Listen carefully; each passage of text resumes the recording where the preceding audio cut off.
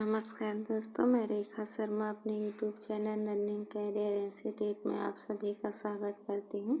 आज हम आप सबके लिए ज्ञानपीठ पुरस्कार से सम्मानित हिंदी साहित्यकार लेकर आए हुए हैं। इस पुरस्कार से संबंधित प्रश्न आपके टीसीटी, पीजीटी, केवीएस, एनबीएस आदि एग्जामों में पूछे गए हैं तथा आगे भी पूछे जाएंगे, ऐसी संभावना है। ये आपकी थ्योरी क्लास होगी। ज्ञानपीठ पुरस्कार के साथ साथ हम आपको व्यास सम्मान भी कराएंगे। तो चलिए देखते हैं।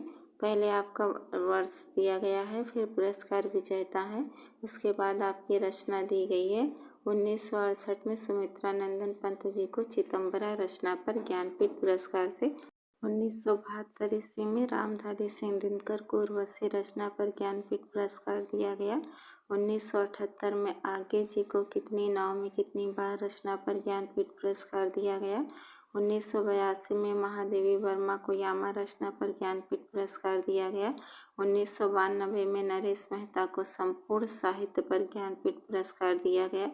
ये आपको याद रखना है विशेष तौर पर कि 1992 से ही संपूर्ण साहित्य पर ज्ञानपीठ पुरस्कार दिए जा रहे हैं। 1999 में निर्मल वर्मा को संपूर्ण साहित्य पर ज्ञानपीठ पुरस्कार दिया गया। 2005 में कुंवर नारायण को संपूर्ण साहित्य पर ज्ञानपीठ पुरस्कार दिया गया। 2009 में अमरकांत और श्रीलाल शुक्ल को संयुक्त रूप से संपूर्ण साहित्य पर ज्ञानपीठ पुरस्कार दिया गया। एक नोट्स है जिसको आपको ध्यान रखना है। सन 1984 ईस्वी के बाद ज्ञानपीठ पुरस्कार लेखक के समग्र साहित्य योगदान पर दिया जाने लगा। 2 पॉइंट इसमें बहुत इम्पॉर्टेंट है कि 1992 से संपूर्ण साहित्य पर ज्ञानपीठ पुरस्कार दिया गया और 1984 ईस्वी के बाद ज्ञानपीठ पुरस्कार के समग्र साहित्यिक योगदान पर दिया जाने लगा। चलिए देखते हैं आगे। व्यास सम्मान, ये आपका वर्ष दिया गया है, उसके बाद पुरस्कार विजेता है, फिर आपकी पुस्तक है। चलिए देखते हैं। 1991 में रामविलास शर्मा जी को भारत के प्राचीन भाषा, परिवार और हिंदी पर व्यास सम्मान दिया गया। और धन्यवाद आप सभी का। 1992 में श्री प्रसाद सिंह जी को नीला चांद उपन्यास पर व्यास सम्मान दिया गया। 1993 में गिरिजा कुमार माथुर को मैं वक्त के हूँ सामने काव्य पर व्यास सम्मान दिया गया। 1994 में धर्मवीर भारती जी को सपना अभी भी काव्य पर व्यास सम्मान दिया गया। 1995 में कुंवर नारायण को आत्मजयी काव्य पर व्यास सम्मान दिया गया। 1996 में रामस्वरूप चतुर्वेदी को हिंदी साहित्य और संवेदना का विकास इतिहास पर व्यास सम्मान दिया गया। 1997 में केदारनाथ सिंह को उत्तर कबीर तथा अन्य कविताएं काव्य पर व्यास सम्मान दिया गया। 1998 में गोविंद मिश्र को 5 आंगनों वाला घर उपन्यास पर व्यास सम्मान दिया गया। 1999 में श्रीलाल शुक्ल को विश्रामपुर का संत उपन्यास पर व्यास सम्मान दिया गया। 2000 में गिरिराज किशोर को पहला गिरमिटिया उपन्यास पर व्यास सम्मान दिया गया। 2001 में रमेश चंद्र शाह को आलोचना का पक्ष आलोचना पर व्यास सम्मान दिया गया। 2002 में कैलाश वाजपेयी जी को पृथ्वी का कृष्ण पक्ष काव्य पर व्यास सम्मान दिया गया।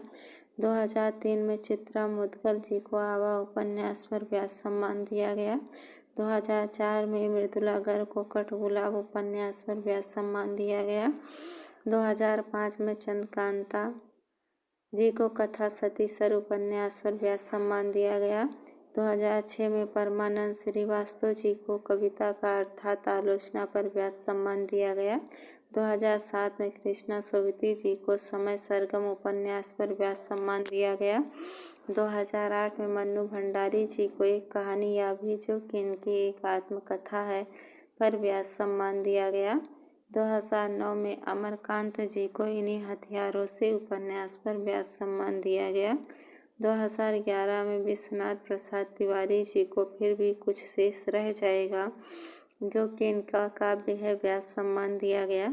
2011 में रामदरस मिश्र जी को आम के पत्ते काव्य पर व्यास सम्मान दिया गया। 2012 में नरेन कोहली जी को न भूतो न भविष्यति उपन्यास पर व्यास सम्मान दिया गया। 2013 में विश्वनाथ त्रिपाठी जी को व्योमकेत दरवेश जो कि इनका संस्मरण है व्यास सम्मान दिया गया। दोस्तों, आपको एक बात का विशेष ध्यान रखना है कि जिस भी रचना पर जिस भी लेखक को व्यास सम्मान या कोई भी सम्मान दिया गया हो, उसकी विधा आपको मोस्ट इम्पॉर्टेंट है। इस चीज़ को विशेष ध्यान रखना है। इससे पहले चैनल पर हिंदी साहित्य अकादमी पुरस्कार की डिटेल्स क्लास अपलोड कर दी गई है, तो जिन भी भाई बहनों ने उस वीडियो को नहीं देखा उनसे विनम्र रिक्वेस्ट है कि जाकर उस वीडियो को देखें। यदि मेरे द्वारा यह किया गया प्रयास आपको सराहनीय लगे तो चैनल को लाइक और सब्सक्राइब कर सपोर्ट करें। बहुत बहुत धन्यवाद आप सभी का।